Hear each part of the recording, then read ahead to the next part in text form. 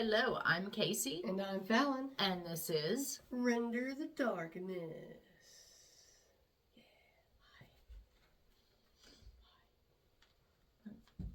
Danielson. What kind of wax on, wax off shit was that? I don't know. Leave me alone. Okay, well, thank you for joining us for another episode. And this one is out of our 50 state series and comes from Boston, Massachusetts. Massachusetts. Yeah. Boston. Now, this case takes place in the 1800s. Oh, I thought you were about to say Boston. I was like, we just covered that. We know. But it is about the murder of Dr. George Parkman. In November of 1849, Dr. George Parkman's body was found at Harvard Medical College in the laboratory of John Webster. His body had been dismembered, and part of him had been terribly burned. Some firmly believed that John Webster had killed him. Some were not convinced, and others thought he was being framed for the crime. So let's talk a little bit about George Parkman. Now, George Parkman was born on February 19th, 1790, to Samuel Parkman and Sarah Rogers. He had 4 siblings, Elizabeth, Frances, Samuel, and Daniel, and 6 other siblings that his father had with his previous wife, Sarah Shaw. When George was young, he had a lot of health problems, so he decided that he wanted to learn about medicine. When he was 15, he started his freshman year at Harvard University, and he gave the welcome speech to the other students. Even though his father bought a lot of properties, founded and partly owned the towns of Parkman, Ohio and Parkman, Maine, and he had plenty of money, and he could have easily ran something of his father's, instead he was inspired by Benjamin Rush to look into the awful way that the mental asylums were being run. Hey, I just mentioned Benjamin Rush in my case. That will come out after this one. It's ironic. Kind of crazy, right? Yeah. To do that, he went to the University of Aberdeen in Scotland to get his medical degree. When he came back, he went aboard the USS Constitution to Europe, and from there he was introduced to a lot of good doctors in Paris. And he learned how to humanely treat people with mental illnesses. He came back to the United States in 1813 and joined the war as a surgeon, and at the same time was a doctor for people who couldn't afford medical treatment. Something that he was really passionate about was trying to get a psychiatric hospital open where the patients could play games, be social, and have some responsibilities like chores. In 1817, he wrote papers called Remarks of Insanity and the Management of Lunatics, trying to get the administrators of the Massachusetts General Hospital to see that he would be able to supervise the asylum that they were going to open. Eventually, McLean Asylum for the Insane was created. But the administrators were afraid that Mr. Parkman may become tainted because of some of the people that he was going around having meetings with, and they seemed kind of sketchy. Now, he would retire, but he continued to visit the hospital, and he even opened his home up for the sick when the cholera and smallpox outbreak happened. So he was a pretty nice guy. Sounds like it. Sounds like he was a good intended at the very least. Yeah. When his father died in 1824, he took over the family estate and bought a lot of property in Boston, which a lot of them had been badly maintained. Most of his money would come from rent, real estate, and loans. Many people described him as being thrifty, walking where he needed to go because he didn't have a horse. He was also described as being a tall, thin man with a protruding chin and always wearing a top hat. I like top hats. I don't know why. I've always thought they were pretty cool. Abe Lincoln. Abe Lincoln. Did you just say Abe Lincoln? No, man. I said, hey, Lincoln. Sorry. Not copyrighted. Sorry. Now, a week before Thanksgiving in 1849, Mr. Parkman went to find Mr. Webster in Cambridge and to also ask Mr. Petter, the cashier at Harvard, to let him have the profits from the ticket sales of Mr. Webster's lecture to pay a debt that he owed him.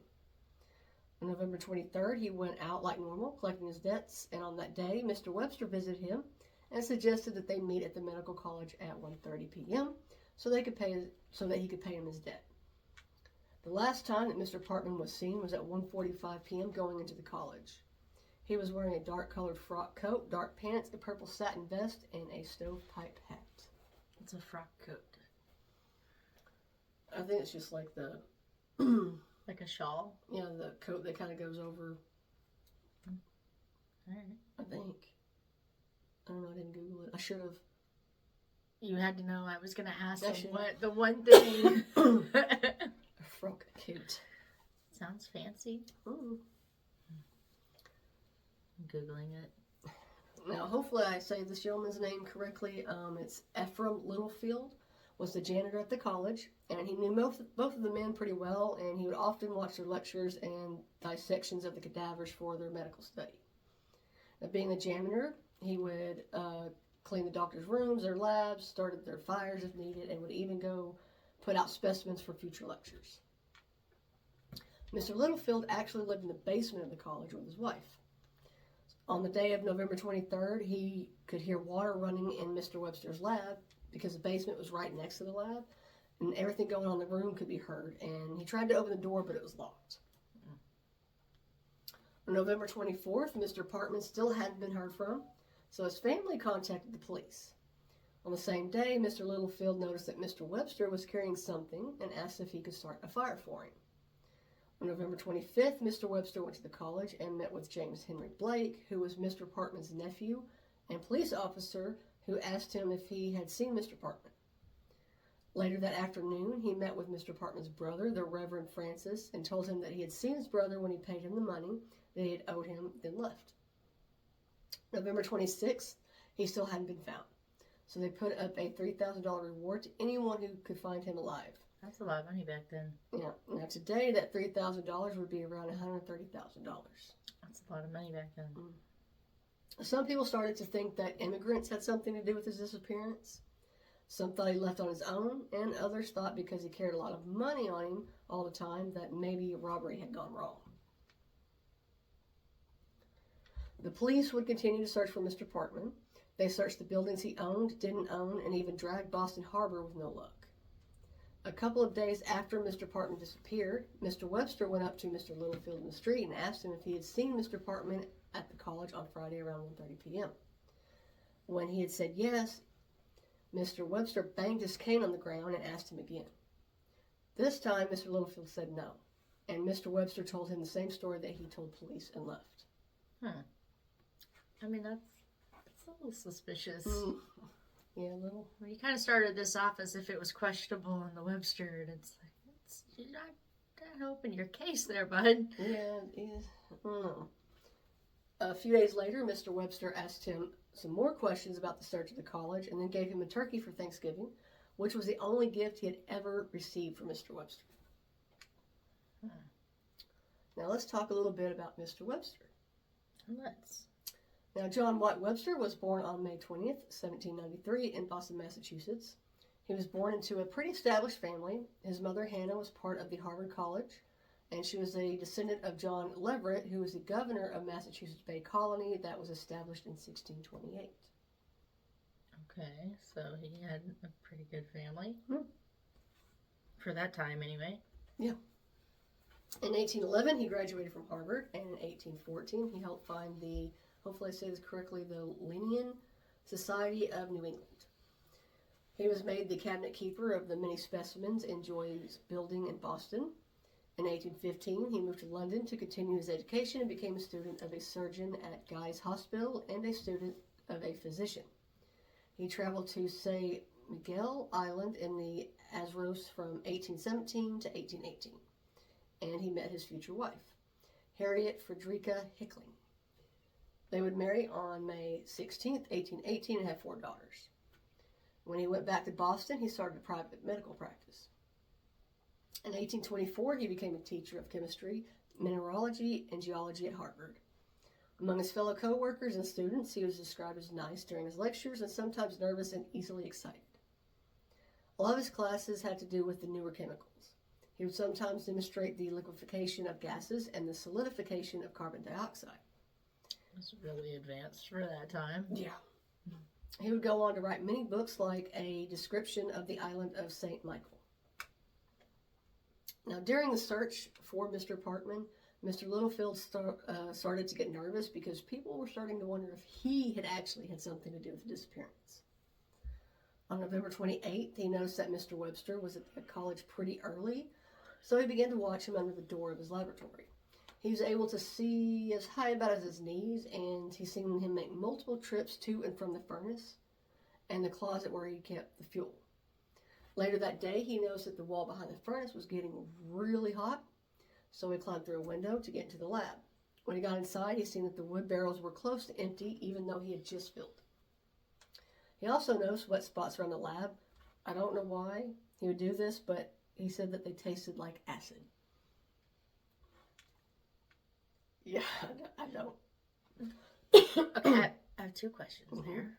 One, why did he taste it? I don't know. That's what I was thinking. I was like, why? Two, how could he possibly know what acid tastes like? I don't know. I'm going to assume it's probably not the corrosive kind. Because he probably wouldn't have tongue. Or finger. Yeah. I don't know. Yeah. All right. On Thanksgiving Day, November 29th, Mr. Littlefield started to dig at the wall under Mr. Webster's lab with a hatchet, drill, crowbar, and a chisel, while his wife kept a lookout for anyone coming their way. So do you think he was doing this because he was genuinely curious, or do you think he was doing this because he was like trying to acquit himself or clear his own name, where he was like, I could prove this dude did it? Or at the very least, I could prove that this dude is acting super fishy. Maybe he thought he did it. I don't know. I mean, because he was the last person to see him alive. Yeah. I'm just saying, it seems like Mr. Littlefield is going through an awful lot. Well, yeah, and I'm sure that he probably was trying to figure out, to see if he did do it, since people were kind of like leaning towards him now at this point. Yeah. Now, he eventually went into a tunnel and found the spot that was burning hot and started digging. He went through about 2 layers of brick before they left to attend a dance. Then the next day, he continued to dig at the wall, and finally he broke through. There was a pretty strong draft, so he couldn't keep his lantern lit, so he waited for his eyes to adjust while noticing a foul odor. When his eyes did adjust, he could see a human pelvis, a thigh, and the lower part of a leg. He ran from the building and went to Professor Jacob Bigelow's home, who went and got the marshal. So we are no longer questioning whether Mr. Webster had anything to do with this or not. It's pretty clear. Now, Marshall, hopefully I say Tucky. Tuque? I'm going to say Tuque because it sounds fancy. Tuque. Arrived, and there were a lot of men waiting to see who the bones belonged to. The bones were removed from the area, and an officer and 2 constables were sent to arrest Mr. Webster.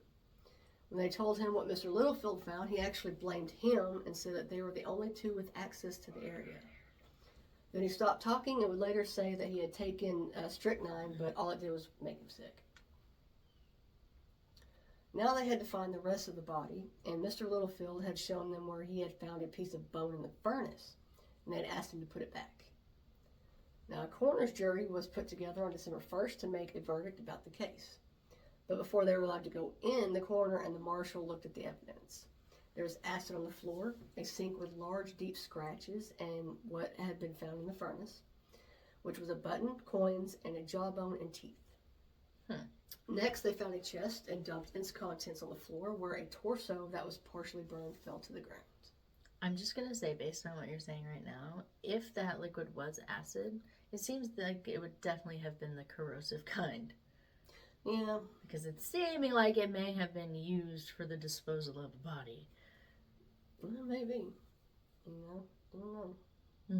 That, or maybe he tried and realized, But maybe he meant that it tastes like acid because, like sometimes you can smell something. And the smell is strong enough that you can almost like taste it in the back of your throat. Yeah. Maybe that's what he... Maybe. Sorry. Oh, you're fine. Okay, so they could tell that the head had been sawed off and it was sitting nearby.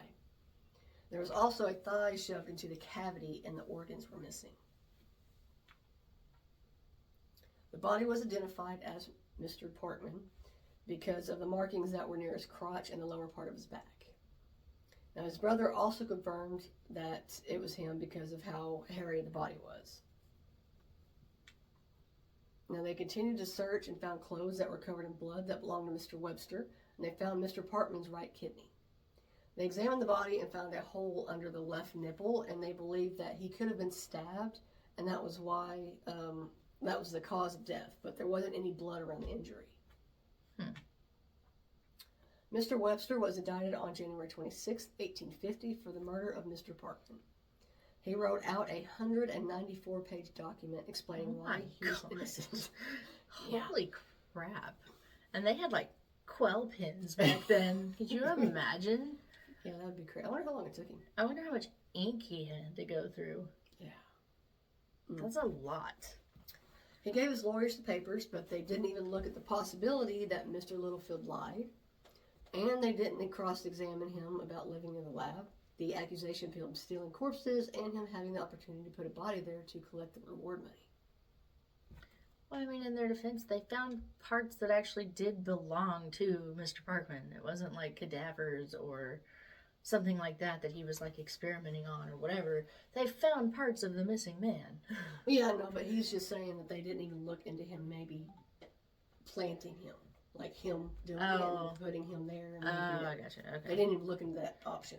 Right, I gotcha. I got what you're saying now. Now, the trial began on March 19th, 1850, and lasted for 12 days. Tickets were sold for part of the trial, and close to 60,000 people would see some parts of it. Reporters came all the way from London, Paris, and Berlin just to get a glimpse of what was happening. Oh my gosh. The prosecution and defense presented their evidence. Then the prosecution spoke of the debt that Mr. Webster owed to Mr. Parkman, where the body was found, and how it was found. The medical examiners gave their findings and claimed that Mr. Parkman's body and that Mr. Webster was in fact the one who murdered him. At the end of the trial, Mr. Webster was found guilty, and on April 1st, he was sentenced to hang. On May 4th, his lawyer submitted for a writ of error, basically saying that there were a lot of legal errors that occurred by the judge in this trial because of the instructions that he gave to the jury, but it was denied. Then he begged for a pardon, saying that he was innocent, but it was denied, and his death warrant was signed. In June, he actually confessed to killing Mr. Parkman, claiming it was self-defense when he got really aggressive with him over a debt. He claimed it was in the heat of the moment and not a thought-out plan. The judge wasn't moved by Mr. Webster's explanation, and the sentence stuck. On August 30th, 1850, he was hung out in public, and then he was buried in Copp's Hill Burying Ground. After he was hung, Mr. Parkman's wife was the first person to contribute to a fund set up to take care of his wife and daughter. Dr. Parkman was buried at the Dorchester North Burying Ground in Dorchester, Suffolk County, Massachusetts. And so that is the sad, tragic tale of Dr. George Parker. I will say one thing. Kudos to Mrs. Parkman for being the first to donate to Mr. Webster's wife and daughter. Yeah. That was really big. Yeah, that I've heard. But also, what did he think confessing was gonna... Did he think that was gonna change his sentencing somehow? Yeah, he probably thought if he did it in self-defense, he might get off because, I mean, they just sentenced him to hang without any proof that he even did it. Why would he think admitting to it would change the outcome? I don't know. I mean, the only proof they did have was that the body was in his lab. So, I mean, it could have been him, but, I mean, it could have been somebody. I mean, I don't know. I mean, unless he, did, admit to it and he did actually do it, or he was just admitting to it to see if he could. All I know is that back in those days, they had very, very, very limited medical knowledge and technology, and they put all of that together still. Mm-hmm. And I have seen people in today's day and age with all of our technology and everything that we have to be able to prove somebody 100% guilty or not guilty get sentenced with less evidence. Yeah, that's true. So I kind of can see why they were like, we're not even going to question this other guy because literally everything points to you. Yeah, that's true. So, like, I can see where there may be some room for debate on whether or not Mr. Littlefield was lying and maybe put the body there or whatever, but, like, also not really because... Well, I mean, unless he wanted that reward money, $130,000. Well, 3,000, but you know what I mean. I mean, yeah, it's a lot of money. It is a lot of money. But I don't know. Like I said, that's just the speculation. There's those three things saying that he either did it. Some were saying that he was framed. Some say Well, and back then, a lot of these cases relied solely on testimony, solely on eyewitness testimony. And it's like you said, almost any of these cases, you could say that. Almost any of these cases, you could say, well, maybe the witness was lying. Maybe the witness didn't see any of it. Maybe the witness is the one who did it. Yeah. And you couldn't prove it one way or the other. So, yeah, if he didn't do it, then justice wasn't served and rest in peace. But if he did do it, then justice was served and not rest in peace. So these kinds of cases, especially with them being as old as they are and this far back, it's so hard to tell. Yeah, it was a crazy time back then. You could literally just do whatever you wanted and then just go, he did it. Yeah. I mean, look back at the freaking witch trials, man. Somebody could just be not like your shoes and just go, witch. Yep. And that person would most likely get hung. Yeah, I can't remember. Did you do one, or where did I hear about that little, about the little girl that didn't like her, the housekeeper, I think, or something, because she drank her milk. I can't remember, but she said it was me. Her being a witch. It was me. It was the same case. Wow. It was the same case where the chicken, flew into the fire, and they, they killed that lady because a chicken flew into her fire. They were like, witch, and she was like, what? I wasn't even there. It's crazy. Those days were wild times all the way around. I appreciate the technology that we have now so that we can get, because I mean, even up to the 70s, 80s, 90s, innocent people,